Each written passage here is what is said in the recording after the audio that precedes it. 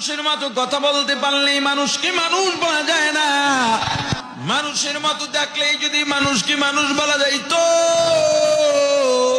আমার রাসূলের চেহারা আবু জাহেলের চেহারা দেখতে প্রায় একই রকম ছিল। আমার রাসূল যেই বংশের থেকে দুনিয়াতে আসছেন, আবু জাহেল একই বংশের থেকে দুনিয়াতে আসছে। আসসালামু আলাইকুম রহমতুল্লাহ।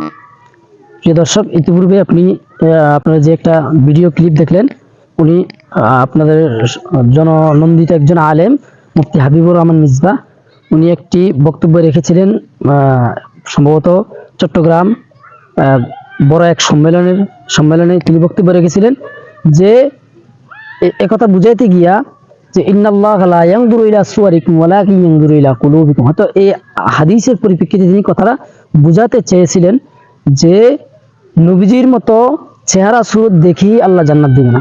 যদি চেহারা সুরত দেখে আল্লাহ জান্নাত দিত, নবীজির চেহারার মতো আবু জাহেলের চেহারা ছিল।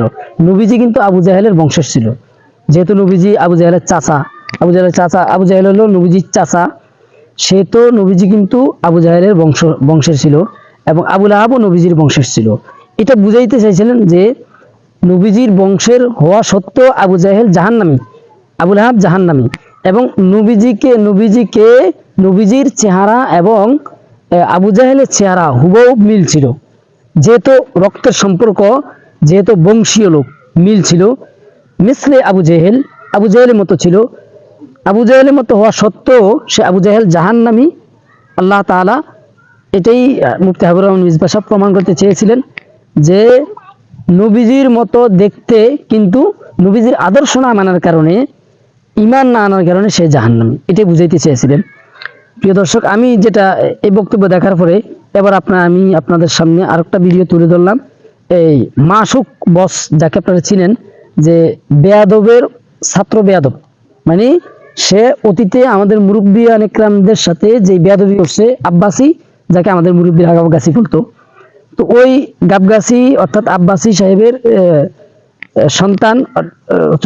সন্তান না, ছাত্র, সেই মাসুক বস, মানে আন্তর্জাতিক বেয়াদব, সেই মাসুক বস দেখেন সে হাদিসের কিভাবে অপব্যাখ্যা করে, এবং তারা আবেগ দিয়ে কাজ করে, বিবেক দিয়ে কাজ করে না। প্রত্যেকটা হাদিসের এখানে দলিল যে দিছে, একটা দলিলও তার সঠিক হয় নাই, তাদের কোনো গবেষণা নেই, তারা আবেগে কাজ করে। আপনারা ভিডিওটা দেখেন ইনশাআল্লাহ।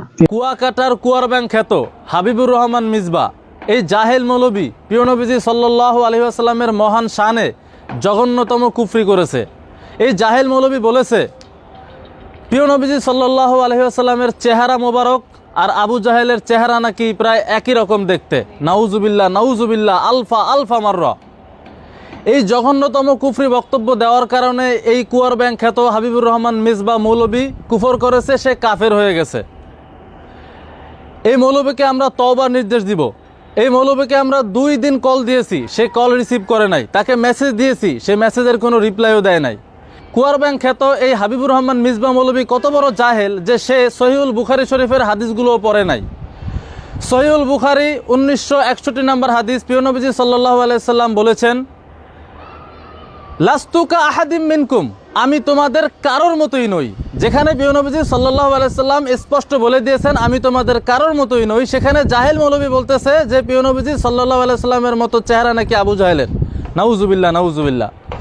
তারপর সহিহুল বুখারী 1962 নম্বর হাদিস শরীফ, প্রিয় নবীজি সাল্লাল্লাহু আলাইহি সাল্লাম বলেছেন, ইন্নী লাস্তু মিসলাকুম, নিশ্চয়ই আমি তোমাদের মতো নই। প্রিয় নবীজি সাল্লাল্লাহু আলাইহি সাল্লাম বলে দিয়েছেন আমি তোমাদের মতো নই।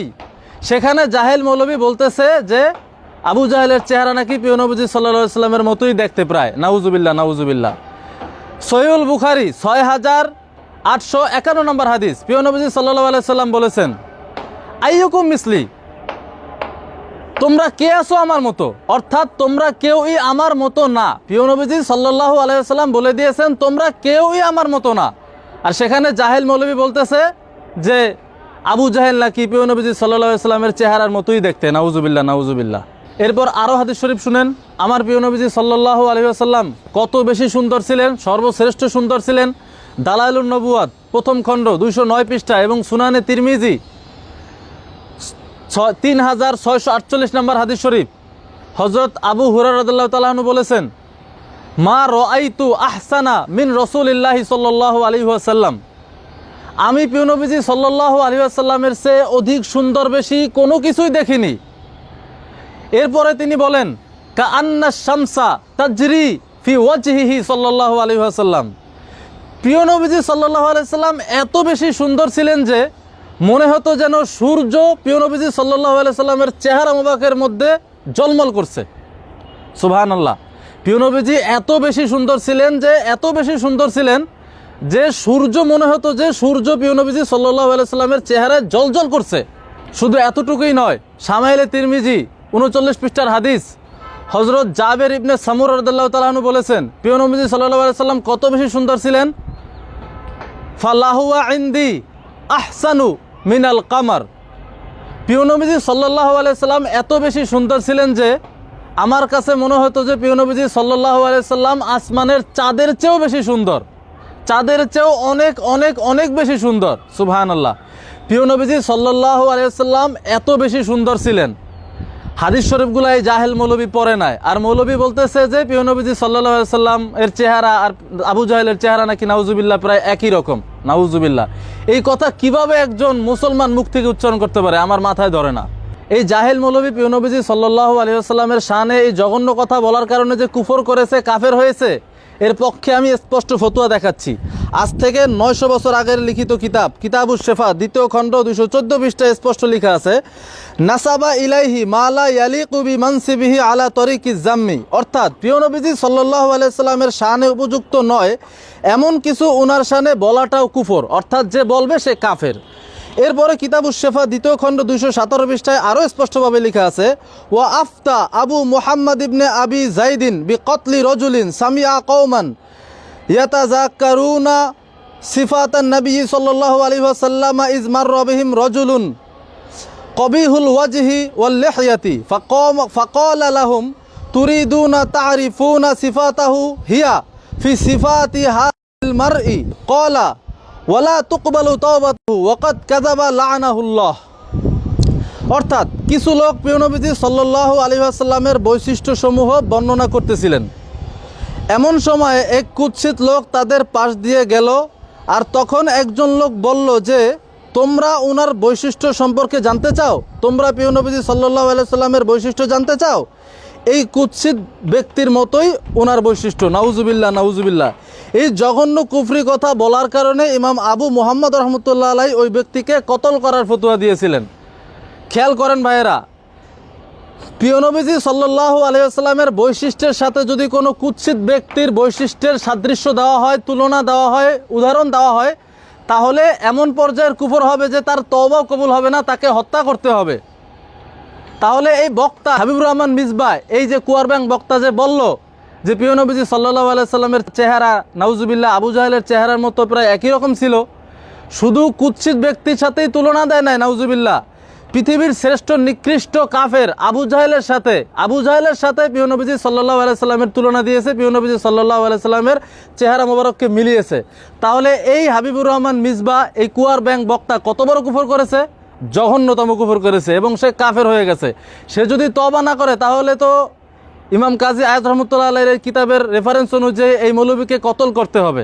তো আমরা বলবো এই মৌলবী যাতে অতি সত্বর তওবা করে নেয়, নতুবা এই মৌলবী কাফের হিসেবে জাতির কাছে পরিচিত থাকবে।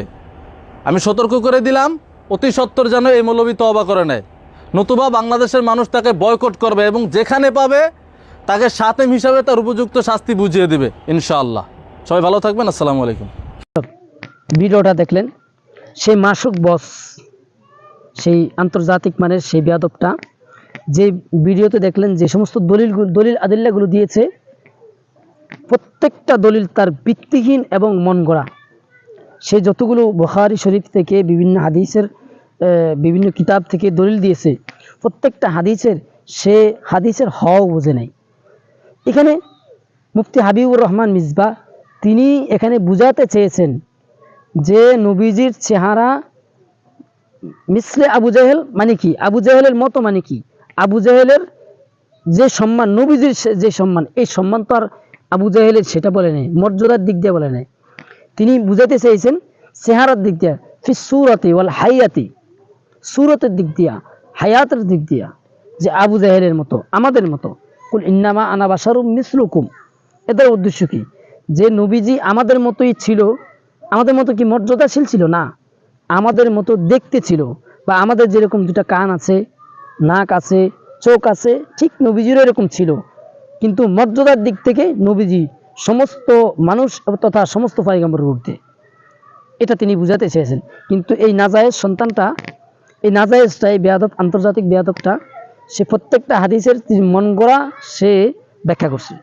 মন গড়া ব্যাখ্যা করে করে করে করে সে আপনার মুফতি হাবিবুর রহমান মিসবাকে কাফের ফতোয়া দিয়েছে। তার উস্তাদের যেই উস্তাদ যেই পথে হাঁটছে, সেও এরকম কাফের বাক্স নিয়ে বসছে, যাকে তাকে কাফের ফতোয়া দেয়। এই জন্যে এই মাসুক বস এরা সুন্নি নামে, সুন্নি ধর্মের অনুসারী, সেই নাজায়েজ সন্তান। এই জন্যে মাসুক বস মুফতি হাবিবুর রহমান মিসবাকে আলটিমেটাম দিয়েছে তওবা করার জন্য। সে কাফের হয়ে গেছে ঈমান আনার জন্য। আমি সেই সুন্নি ধর্মের অনুসারী নাজায়েজ সন্তান আন্তর্জাতিক বেয়াদব মাসুক বসকে বলবো, তুই নিজে তওবা কর, না হইলে তুই নিজে নাজায়েজ বলে, নাজায়েজ সন্তান বলে বাংলাদেশের মধ্যে পরিচয় রাখবি। আল্লাহ হাফেজ।